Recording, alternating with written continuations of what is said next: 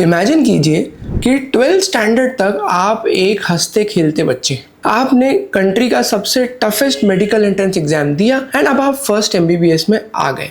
अब आपके depression face करने के चांसेस हैं 50%, एंजाइटी रिलेटेड डिसऑर्डर्स होने के चांसेस हैं 34.5% and risk for is between 29.6 to 53.6%। ये है रियलिटी हमारे आज के मेडिकल स्टूडेंट्स की। जब मैंने ये स्टैटिस्टिक्स पढ़ी तो मुझे यकीन नहीं हुआ, तो कंफर्म करने के लिए मैंने अपने यूट्यूब चैनल के कम्युनिटी पोस्ट में एक पोल किया and I was shocked to see कि 80% स्टूडेंट्स कह रहे थे कि उनकी मेंटल हेल्थ और खराब हो गई है एमबीबीएस में एडमिशन लेने से। Sir, basically, I think so. During MBBS level, that senior hierarchy is there now, sir. I'm not against that, basically.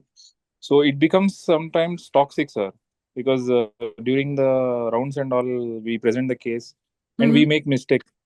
And I think so.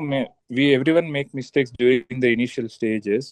Yeah. But afterwards, scolding in of the patients and the colleagues, your batchmates. I think so. It starts from there. They start feeling like, am I really into this? Like, Yeah. how can I face this and all? Mainly in government colleges, sir. Mostly, when I talk with my friends. यही medical students कल के specialist and super specialist बनेंगे and अनगिनत मरीजों की life इनके हाथ में होगी। So how did we become a nation producing depressed, anxious, frustrated doctors? And most importantly, what can we do to solve this problem?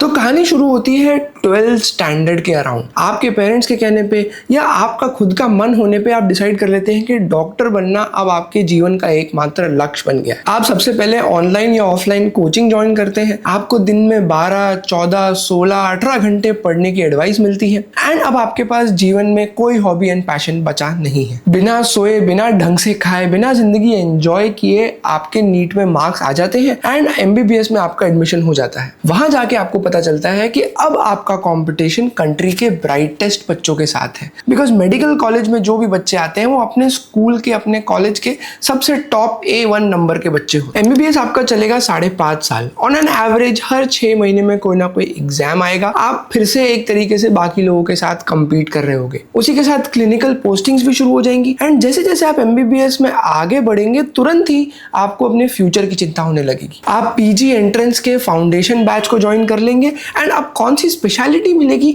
ये आपकी अगली चिंता बन जाएगी। आप फिर से कमर कस लेंगे एंड पीजी एंट्रेंस एग्जाम में दोबारा क्रैक करेंगे एंड फर्स्ट ईयर पीजी बनते ही आपको समझ में आएगा कि एमबीबीएस तो सिर्फ ट्रेलर था, एक्चुअल पिक्चर तो अब शुरू होगी। पीजी में आप पहली बार रियलिटी फेस करना शुरू करते हैं एंड आपको समझ में आने लगता है कि डॉक्टर बनने का मतलब क्या होता है। 24/7 इमरजेंसीज को अटेंड करना, टॉक्सिक सीनियर्स को फेस करना, टॉक्सिक फैकल्टी को फेस करना, पेशेंट्स एंड उनके रिलेटिव्स को सीरियस बातें बताना, कॉम्प्लिकेटेड प्रोसीजर सीखना एंड उसी के साथ में सुपर स्पेशलिटी का टेंशन लेना आपके लिए काफी ओवरवेलमिंग हो सकता है। बाकी जो आपके घर के रिलेशनशिप्स के प्रॉब्लम्स हैं वो तो चल ही रहे। तो एक तरीके से आपका दिमाग एक प्रेशर कुकर जैसा बन जाता है जो कि कभी भी फट सकता है। कई स्टूडेंट्स इस सिचुएशन को फेस नहीं कर पाते हैं, उनकी मेंटल हेल्थ सफर करने लगती है। सबसे बुरी बात जो मुझे लगती है कि आप चाह के भी एमबीबीएस से या पीजी से आसानी से बाहर नहीं निकल सकते, बिकॉज आपको उसके लिए पेनल्टी देनी होती है, discontinuation bond. For example Maharashtra में अगर आप एमबीबीएस करके फ्रस्ट्रेट हो गए हैं तो आपको सीट छोड़ने के लिए 10 लाख रुपीज देने होंगे गवर्नमेंट को। उनका कहना है कि आपने सीट वेस्ट कर दी तो आप उसके पैसे दीजिए। पीजी एंड सुपर स्पेशलिटी में ये चार्जेस और भी बढ़ जाते हैं। तो अब आपके पास कोई ऑप्शन ही नहीं रहता, या तो सर्वाइव करो नहीं तो पैसे दो।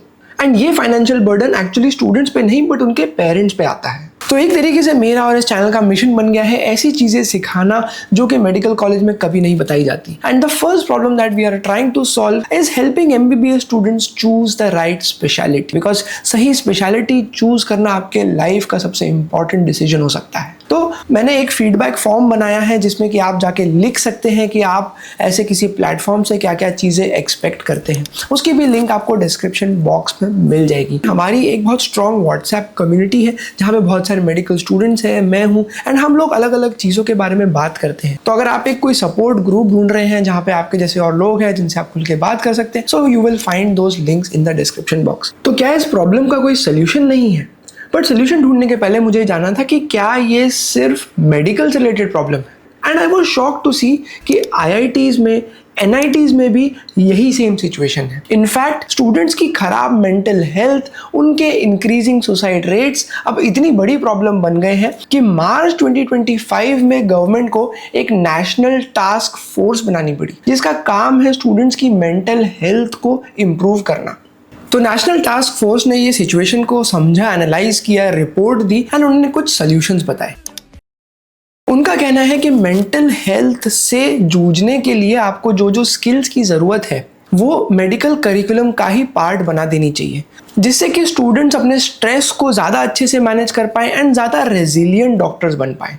सेकेंडली, मेंटल हेल्थ से रिलेटेड जो स्टिग्मा है specially doctors and medical students के बीच में, उसको कम कर देना चाहिए। टॉक्सिक टीचिंग एनवायरनमेंट की जगह कोलैबोरेटिव क्रिएटिव टीचिंग एनवायरनमेंट बनाना चाहिए। एंड लास्टली, ये सारे प्रोग्राम्स को रेगुलरली अपडेट करते रहना चाहिए। अब मैंने ये रिपोर्ट पढ़ी, सोल्यूशन पढ़े एंड मुझे ये सब काफी थियोरेटिकल लगा and not surprisingly data and statistics भी यही कहता है। तो मेंटल हेल्थ इतना बड़ा इशू होने के बाद भी सिर्फ 20% स्टूडेंट्स ने ही अपने कॉलेज की काउंसलिंग सर्विसेज यूज करी। जिन्होंने सर्विसेज यूज करी उसमें से 70% लोगों ने कहा कि भैया काम तो करती है, लेकिन उन्हें मेन कंसर्न है कि उनका नाम अगर बाहर आ जाएगा तो लोग उन्हें जज करेंगे, यानी कि कॉन्फिडेंशियलिटी एक बहुत बड़ा इशू था। एंड ये सारी चीजें आपको अकेले ही प्रोसेस करनी पड़ती हैं, दबा के रखनी पड़ती हैं, बिकॉज अगर आप बात करने लगे तो लोगों को लगेगा कि आप एज अ डॉक्टर कमजोर हो, परफेक्शनिस्ट नहीं हो, आपकी डायग्नोसिस को लोग डाउट करने लगेंगे, आपकी कॉम्पिटेंस को डाउट करने लगेंगे, आपने जीवन में अभी तक जो भी किया है इतने सालों में सारी मेहनत पे सवाल खड़ा होने लगेगा। बिकॉज हमारी ट्रेनिंग के दौरान परफेक्ट होना, कॉन्फिडेंट होना हमारे सेल्फ एस्टीम एंड ईगो से जोड़ दिया जाता है। That is one of the main reasons कि doctors and medical students avoid seeking help for their mental health issues. Students ने यह भी बताया कि अगर किसी तरह एकेडमिक प्रेशर कम हो जाए तो बहुत अच्छा होगा एंड वो किसी थेरेपिस्ट या किसी साइकेट्रिस्ट के पास जाने के पहले अपने पीयर्स से, यानी कि अपने दोस्तों से, अपने सीनियर से खुल के बात करना प्रेफर करेंगे। टू बी ऑनेस्ट, मैं भी इन सब सिचुएशन से गुजरा हूँ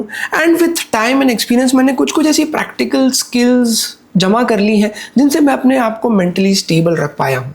so the first thing that really helped me maintain my sanity is having hobbies. लोग हॉबीज को बहुत कैजुअली लेते हैं एंड जब आप अपने करियर के डेवलपमेंट वाले फेज में होते हो तो दुनिया आपको यही कहती है कि तुम हॉबीज पैशंस पे फोकस मत करो, काम पे फोकस करो, उसी से जिंदगी बनेगी। बट द रियलिटी इज कि हॉबीज एक तरीके से आपके लिए स्ट्रेस रिलीफ का काम करती है। हमारे जीवन में स्ट्रेस 2-3 चीजों से ही आता है। एक कि आपको कोई ऐसी चीज करनी पड़ रही है जो कि आपको करने का मन नहीं है बट सैलरी की जरूरत है। नंबर 2, आप कोई ऐसा लाइफस्टाइल अचीव करना चाहते हैं जो कि आपकी कैपेसिटी के बाहर लग रहा है। एंड नंबर 3, जो चीजें आप करना चाहते हैं वो आप कर नहीं पा रहे हैं, चाहे वो बड़ी हो या छोटी हो। टाइम पे सोना, टाइम पे उठना, कभी कभी छुट्टी लेना, घूमने जाना, ये सारी चीजें भी आपका स्ट्रेस कम कर सकती हैं। तो हॉबीज की एक खास बात होती है कि आप उनको सिर्फ मजे के लिए करते हो, ना उससे आपको कोई पैसे मिलने वाले हैं, ना आप कोई ऐसी दूर की चीज अचीव करना चाहते हो जो कि आपके पहुंच से बाहर है। Enjoying hobbies is like eating dessert after a nice meal. Main खाने से आपका पेट भरता है, आपको न्यूट्रिशन मिलता है, लेकिन डेजर्ट से आपका मन भर जाता है। Out of experience I can tell you कि अगर आप एक दिन हफ्ते का निकाल लो कोई भी हॉबी के लिए एंड एक दिन में भी सिर्फ 1 या 2 घंटे ही क्यों ना निकाल लो, तो भी आपका पूरे हफ्ते भर का स्ट्रेस कम हो सकता है। So all you have to find out is 4 days in a week and उन डेज में से भी सिर्फ 2-3 घंटे, बस इतना ही आपको करना होता है किसी भी हॉबी को ढंग से परस्यू करने के लिए। बाकी सब चीजें अपने आप सॉर्ट हो जाती हैं। तो अगर आपकी बचपन से कोई हॉबीज रहेगी जो कि आपने मार दी है, जिनको दबा के रखा है, तो उनको फिर से रिवाइव कर लीजिए। एंड अगर आपने कभी कुछ इंटरेस्टिंग किया ही नहीं है तो ये परफेक्ट टाइम है एक नई हॉबी शुरू करने के लिए। Second thing that really help me is journaling. Journaling से मेरा मतलब है कि आपके दिमाग में जो भी एक काला सा बादल बन गया है, अलग अलग थॉट्स आ रही हैं, गुस्सा आ रहा है, फ्रस्ट्रेशन आ रहा है, सबको पेन पेपर लेके या अपने फोन के नोट्स ऐप में लिख दो। लिखने से होता ये है कि आपकी ओवर थिंकिंग तुरंत ही रुक जाती है एंड आपकी जो भी थॉट्स है वो आपको क्लियरली पेपर पे दिखने लगती हैं, फिर आप उन्हें बाद में सॉल्व कर सकते हैं। जर्नलिंग इन इटसेल्फ भी एक हॉबी बन सकती है एंड शुरू करने के लिए आप दिन का एक समय या हफ्ते का कोई दिन निकाल सकते हैं, अपने कैलेंडर में शेड्यूल में लिख सकते हैं, जहाँ पे कि आप बैठ के सिर्फ अपने मन में आने वाली चीज़ों को लिखेंगे। आपको कोई बहुत दिमाग नहीं चलाना है, आपको बस जो अपने मन में आ रहा है वो लिखते जाना है, चाहे पेन या कंप्यूटर पे, जैसे भी। The idea is to empty your mind of negative thoughts regularly. अगर आप ये चीज़ कंसिस्टेंटली करेंगे तो आप देख पाएंगे कि पिछले 3 महीने, 6 महीने, 1 साल में कौन कौन सी प्रॉब्लम्स आपने फेस करी, कैसे उनको सॉल्व किया एंड धीरे धीरे आप रियलाइज करेंगे कि मेजॉरिटी प्रॉब्लम्स उतनी सीरियस या कॉम्प्लिकेटेड है ही नहीं जितना हम उन्हें समझते हैं। थर्ड जो चीज़ ने मेरी बहुत मदद करी है is focusing on diet, sleep and exercise. बचपन में मैं बहुत मोटा बच्चा हुआ करता था एंड मुझे 12th स्टैंडर्ड के बाद में 1 साल का ड्रॉप भी लग गया, तो मैं और भी ज़्यादा दुखी हो गया था। बट वो जो ड्रॉप वाला ईयर था वहाँ पे मैंने दृढ़ निश्चय बना लिया कि मैं MBBS की सीट भी लूंगा एंड सीट चाहे लगे ना लगे कम से कम अपनी हेल्थ को ज़रूर सुधारूंगा। ये बात 2005 की है, आज 2025 है। पिछले 20 साल में मैं कभी भी ओवरवेट कैटेगरी में दोबारा नहीं गया and out of my experience of last 20 years I can tell you कि ढंग से सोना, अच्छी क्वालिटी का खाना खाना, रेगुलर एक्सरसाइज करने से ज़्यादा आपके मेंटल हेल्थ के लिए फ़ायदेमंद और कोई चीज़ नहीं। तो अगर आप रेगुलर एक्सरसाइज करना चाहते हैं तो I will recommend you starting with walking. 10,000 steps करना ये हम सबको मालूम है। अब उसके ऊपर भी कुछ डिबेट है कि 10,000 करे नहीं करे, जापानीज टेक्निक, ये टेक्निक वो technique, but I will just say कि आप दिन में आधे घंटे 1 घंटे वॉक करने की आदत डाल लीजिए। आई वुड रिकमेंड कि आप ट्रेडमिल पे वॉक ना करें, आप बाहर जाएं।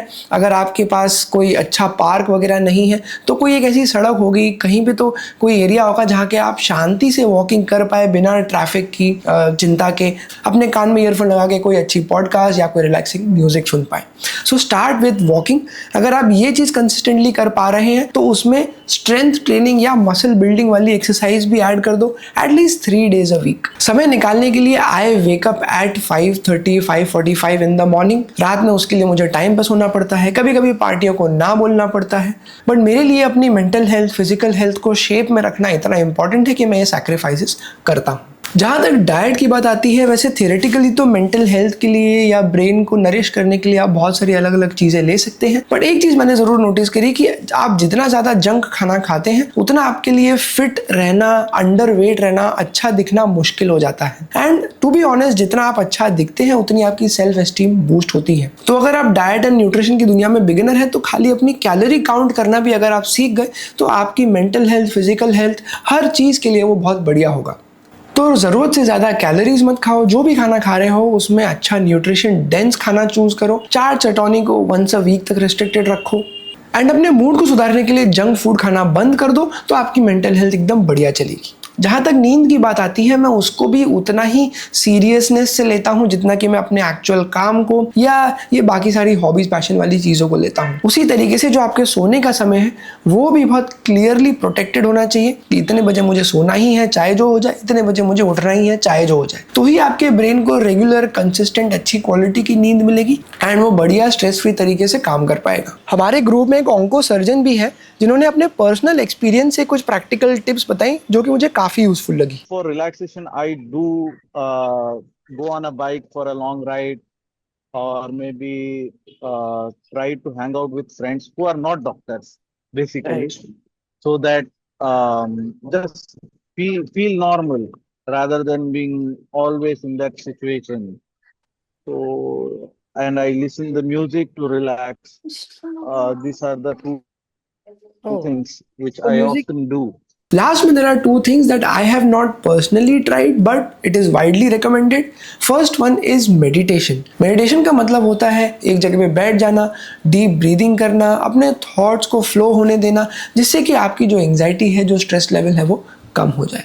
वहीं पे एक थेरेपिस्ट जो होता है वो आपको अलग अलग सवाल करता है, आपसे बात करता है, आपको अपने इमोशंस को, फ्रस्ट्रेशंस को एक्सप्रेस करने की अपॉर्चुनिटी देता है एंड उनको एनालाइज करके बताता है कि कैसे ये समस्या को सॉल्व कर सकते हैं। सो आई होप आपने रियलाइज किया होगा कि डॉक्टर बनना सिर्फ पेशेंट देखना, डिग्री लेना एंड पैसे कमाने जितना सिंपल नहीं है। आपको एक तरीके का मेंटल हेल्थ जिम्नास्ट भी बनना पड़ता है, बिकॉज आप बहुत सारी चीज़ें चाह के भी बोल नहीं सकते हैं। बहुत सारी स्ट्रेसफुल सिचुएशंस आपको एक साथ फेस करनी पड़ती है एंड हॉस्पिटल, मरीजों के अलावा भी आपकी एक जिंदगी है जो कि आपको जीनी है। आई होप इस वीडियो से आपको कोई सोल्यूशन, कोई डायरेक्शन मिला होगा। आई नो कि मैं इस वीडियो में ज़्यादा डेप्थ में नहीं जा पाया हूँ because I wanted to keep the video short and crisp, but अगर आपके कोई थॉट्स हैं, कोई फीडबैक है, कोई सजेशन है तो उन्हें कमेंट में ज़रूर लिखिएगा because I read and reply to them personally. अगर ये वीडियो देख के आपका मूड बहुत सीरियस हो गया है तो आप मेरा ये संडे व्लॉग जरूर देखिएगा जहाँ पे आप देखेंगे कि ये डॉक्टर संडे को चिल कैसे करता है।